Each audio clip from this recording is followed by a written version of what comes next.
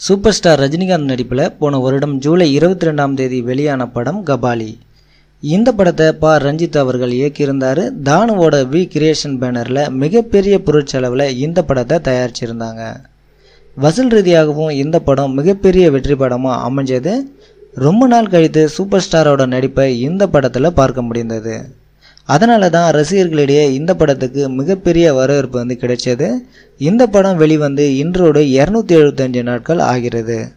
மதுரையில் உள்ள மணி இம்பாலா என்ற திரையரங்கில் இன்னமும் இந்த படம் ஓடிட்டு இருக்கு.